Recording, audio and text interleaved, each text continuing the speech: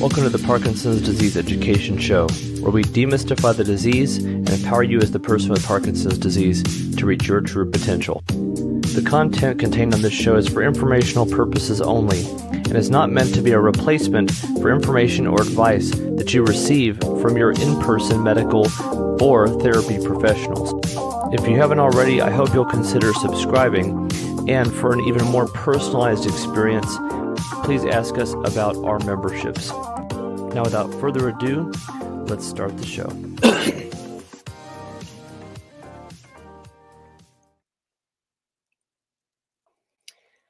Hello, folks, and we want to wish you a Merry Christmas in this 2025 year. Oh, I forgot something. Not really. I'm just pretending. Want to be a little festive for this live today. Hope everyone's doing great. And in all seriousness, I hope you've had a great year. Despite a lot of you that are watching this having dealing with Parkinson's every day, or dealing with Parkinson's with a loved one, whatever it might be. But I did want to let you know about the upcoming video that I wanted to drop this week before the end of the year. And it's going to be kind of I won't call it a Christmas gift because I was already planning on doing a video, but it does happen to coincide with the holiday, because my plan is to have it ready this coming Saturday, which would be the, how many days after Christmas is that? Anyway, it doesn't matter. It's going to be this coming Saturday. So this is Christmas Eve if you're watching this later. So not quite Christmas Day, but still wishing a Merry Christmas to everybody, especially those who celebrate. So what are we talking about? So the upcoming video or episode I'm going to do is about ivermectin. And I've been hearing a lot of talk, you may have heard this too, a lot about ivermectin in the news and online the last several years, especially since COVID. But in the context of Parkinson's disease, I really was not, I was kind of skeptical looking into this, that there was really any big news to share on that. And I won't, without spoiling it, I'll just say that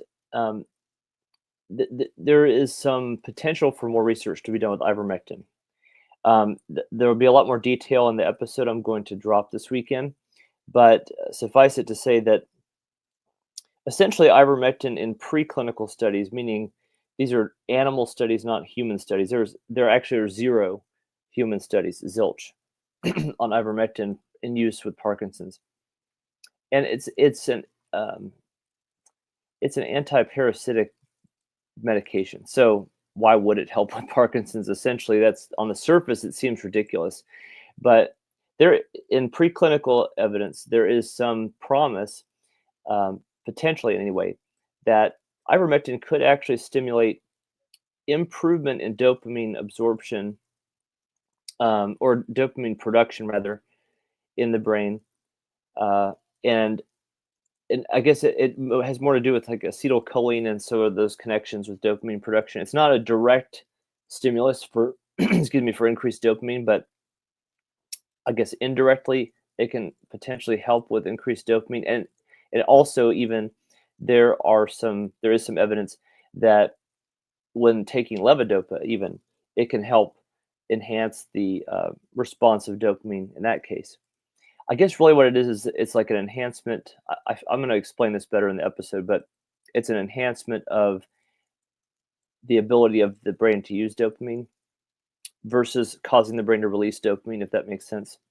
So that's why it's not just helping with the natural dopamine producing cells. It would also be potentially helpful if you're taking levodopa as well. But again, this is like super, super early and pre-human trials. So there's really no evidence I can share with you in people that this is going to be a thing. But at the very least, we've got those preclinical studies that do show in rodents some promise with, at least biologically speaking, this is possible. We just don't know if it happens in people yet. So the long and the short of it, before releasing the episode, is I would at least pay attention to it, but it's not something I would just go ahead and jump out and do. Um, yeah, there's a lot of I feel like ivermectin recently has become a lot of a very much a I don't even know how to describe it. It's basically, it's been lauded as a way to reduce inflammation after, with post COVID syndrome or long COVID. And I don't really know the ins and outs of how that works in terms of Parkinson's. Um, oh, I just noticed something. So, Mrs. Kins, thanks for your message and Merry Christmas to you as well and your family. Um, Good to hear from you. And I will tell my folks you said hi. So thanks for watching live today. I appreciate you being here. My first grade teacher, everybody. So anyway, I won't belabor the point. But there's just so much research going on with Parkinson's, and different potential treatments available. Different, I won't call them alternative, but basically adjunctive therapies, um, different ways to attack or approach the situation, either to slow the disease process down, uh, it- to enhance the existing function in the brain with dopamine production, all those sorts of things. There's just all kind of different ways that we're trying to approach this, and I do think, in a way, that's a sign of our times. We really are in a truly interesting time in terms of research for Parkinson's, because there's tons of research going on. Um, I know everybody, and I would be in the same boat if I were in your shoes.